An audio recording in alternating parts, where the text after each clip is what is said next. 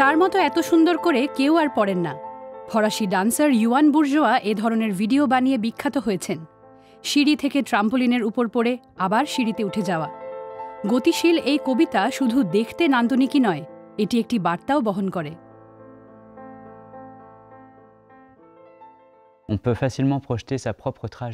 আমার মনে হয় সবাই এই মানুষটিকে চেনেন। একজন মানুষ হিসেবে আমি অসংখ্যবার পড়েছি এবং আমাকে অসংখ্যবার উঠে দাঁড়াতে হয়েছে, আমাদের অনেকের মতোই। তবে এত সুন্দরভাবে পড়ার জন্য অনেকবার অনুশীলন করতে হয়।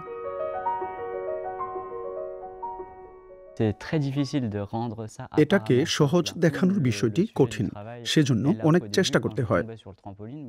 প্রথম কয়েকবার ট্রাম্পোলিনে পড়ার পর পরেই থাকতে হয়েছিল। এরপর কয়েক বছর অনুশীলনের পর আমি একটি ছোট ভিডিও রেকর্ড করি, আর আমি বুঝতে পারি যে বিভিন্নভাবে পড়ার সংখ্যাটা অসীম। সেজন্যই বিষয়টা এত দারুণ। ইওয়ান একজন ডান্সার ও কোরিওগ্রাফার। শুরুতে তিনি একজন প্রশিক্ষণপ্রাপ্ত সার্কাস অ্যাক্রোব্যাট ছিলেন। ট্র্যাম্পোলিন নিয়ে কাজে দক্ষ ছিলেন। তার কোরিওগ্রাফি সবসময় একই থিমে ফিরে যায়।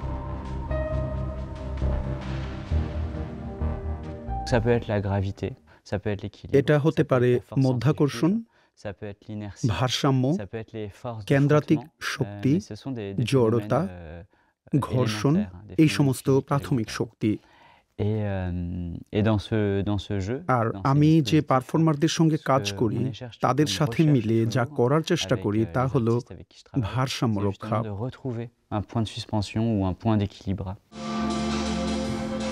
তার স্টাইল তাকে বিশ্বজুড়ে পরিচিতি দিয়েছে। লুই ভিতর মতো ফ্যাশন ব্র্যান্ড বিভিন্ন ইভেন্ট ও ফ্যাশন শোতে তাকে কাজে লাগিয়েছে।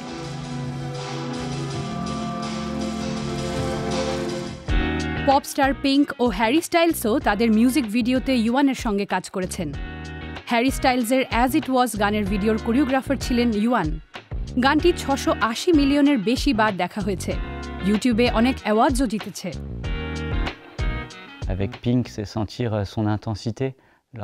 পিঙ্কের দারুণ উপস্থিতি রয়েছে। আমরা একসঙ্গে গ্রাহাম নর্টন শোতে কাজ করেছি। আমি তার উপস্থিতি কখনো ভুলব না।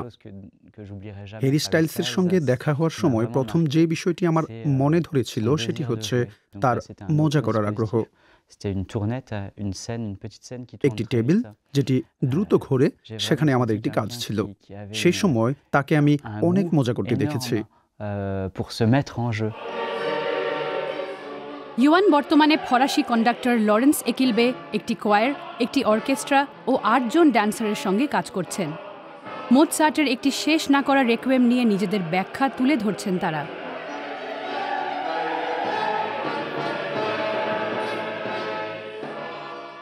রেকুয়েমটি রচনার সময় মোৎসার্টের মৃত্যু এবং রেকুয়েমের যে অংশটুকু তিনি সুর করে গেছেন, এই দুটি বিষয়ই আমাদের দুইবার মৃত্যুর মুখোমুখি করেছিল। এবং অবশ্যই আপনি পতন ও মৃত্যুর মধ্যে একটি সংযোগ দেখতে পাচ্ছেন। ইওয়ান বুর্জোয়া ইতিমধ্যে তার পরবর্তী আন্তর্জাতিক কাজের পরিকল্পনা করছেন। বর্তমানে তিনি কোরিওগ্রাফার, সেনোগ্রাফার ও আর্টিস্টিক ডাইরেক্টর হিসেবে মঞ্চে না উঠে পেছনে থেকে কাজ করছেন।